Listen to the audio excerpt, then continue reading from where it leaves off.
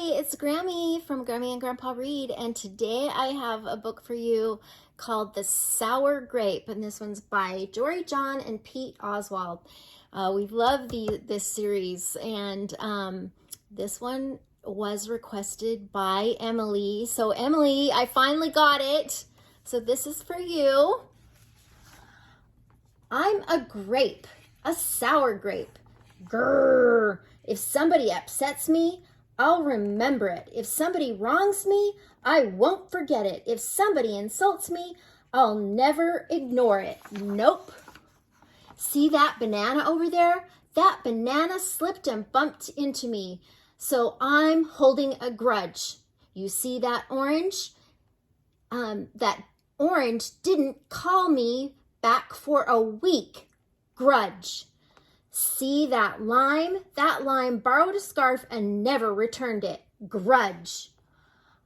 I suppose I've got pretty thin skin for a grape. Nobody steps on this grape. Grrr. Granted, I wasn't always this way. I grew up in a close-knit bunch. There were about 3,000 of us in our little community. You look nice today, so do you. No, you do. We lived on a vine. Sure, it was a bit claustrophobic, especially when we were trying to get ready in the morning. Are you done in there? Come on. But my family was ripe with humor, goodwill, and warmth. We did our best with what we had. Are you gonna finish that? My grandparents visited. My grandparents visited on the weekends. We'd stroll in the sun and they'd teach us what they knew. They said that it takes a bunch to raise a seed.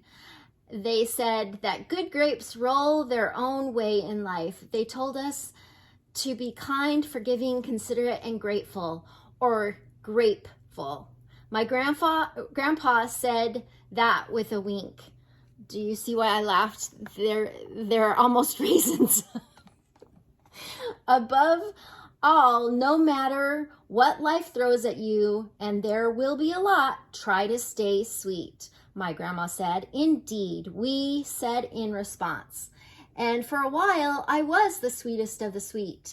I said please, and I said thank you. I brushed aside life's little annoyances. I knew how good I had it. Oops, ha ha ha, no problem at all. But then one day something changed in me. What do you think it was? It was my birthday. I had rigorously and vigorously planned a big party for weeks. I had sent out invitations with the date prominently displayed. Get this, I had a Ferris wheel, a magician, and hay rides. I had snacks upon snacks upon snacks. The highlight of the party was the fireworks display, which would happen at sundown. I stood out in front and waited for folks to arrive. I had a gigantic smile on my face. I waited. Everybody was a little late, it seemed. No big deal, no big whoop. So I waited. A tumbleweed rolled by. A coyote howled in the distance. The sun sank behind the hills, and I waited. Nobody showed up, and I mean nobody. By the time the fireworks show started, with me as the sole spectator, I was scowling. I considered everybody I'd invited, and only one thought came to my mind. Grudge, grudge, grudge, grudge, grudge. After that, my personality became something else entirely. I went from a sweet grape to a bitter grape, with a snappy grape who moved my chair, a snappy grape. Finally, I became a sour grape. Grrr. I started holding minor grudges that eventually became major grudges. Why don't you watch where you're going? I scowled so much that my face got squishy. You know what? Don't even bother calling me back. I took grumpiness out on others. Are you ever going to return my scarf? And that's just how it had been, day after day, week after week, month after month, grudge after grudge. But something happened recently that changed my thinking. He got the milk spilled on him. I was getting ready to meet up with my friend Lenny, the only fellow I know who's as sour as I am. Lenny and I usually go to the park where we sit on a bench and rant about stuff. But just as I was heading out the door, I bumped my knee. Ooh! After I bandaged myself up, I discovered I had a flat tire. Ugh! Then I missed the bus, and the next bus was late. He got splashed. Finally, I got off on the wrong stop. Sheesh! By the time I arrived at the park, it was getting dark. Lenny was fuming and furious with a frown and a furrowed forehead. His face looked all squishy. We agreed to meet at exactly 4 o'clock. You're 3 hours late. I tried to explain why I was so tardy, but Lenny wouldn't listen. He already made up his mind. He formed a huge grudge, and he wouldn't budge. I couldn't believe it. How unfair, I thought. How ridiculous, I thought. How similar to the way I would react.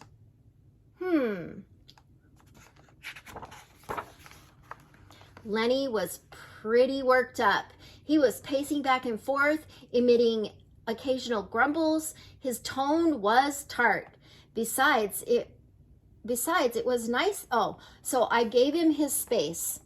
Besides, it was nice out. I noticed the sky changing colors and melodic chirping of the birds, the evening breeze, and the buzz of the park's insects coming alive at night. I suddenly felt grateful and peaceful and calm. Had I been missing all of this simple beauty because I was too busy complaining? Meanwhile, old Lenny stormed off muttering something about disrespect and lack of consideration. I'm pretty sure I heard him add a grrr too. I walked home. I pulled a dusty box out from under my bed. There were old family photos inside. I spotted myself in one of the pictures. I was so sweet. I knew that little grape from the photo was still a big part of me deep down. It would just take some work to get back there again. And that was the exact moment I found the invitation I had sent out for my infamous birthday party, the one where nobody showed up. It said May 31st. But wait a minute. Here, my birthday was on May 21st. Alas, I told everyone to come on the wrong day. It was my fault. I realized nobody's perfect, not even me. After that day, I started noticing other things too, like how remaining sour all the time is so draining. I'd wasted so much energy holding grudges when I could have easily cleared the air if I'd felt hurt. And yes, I still get upset from time to time, but that's okay because now I talk and listen and work things out instead of just walking away. My sourness is fading. I'm letting go of all the grudges and hey, it's working. Slip-ups happen. I'm glad you're okay. Thanks. That scarf looks sublime on you. Why don't you just keep it? Really? You're the best. Aren't you glad we got to catch up? Orange, you glad? I'm so grateful that we did.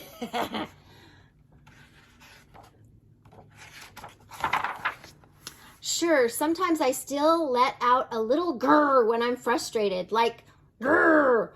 But then I move on. My face is less squishy too.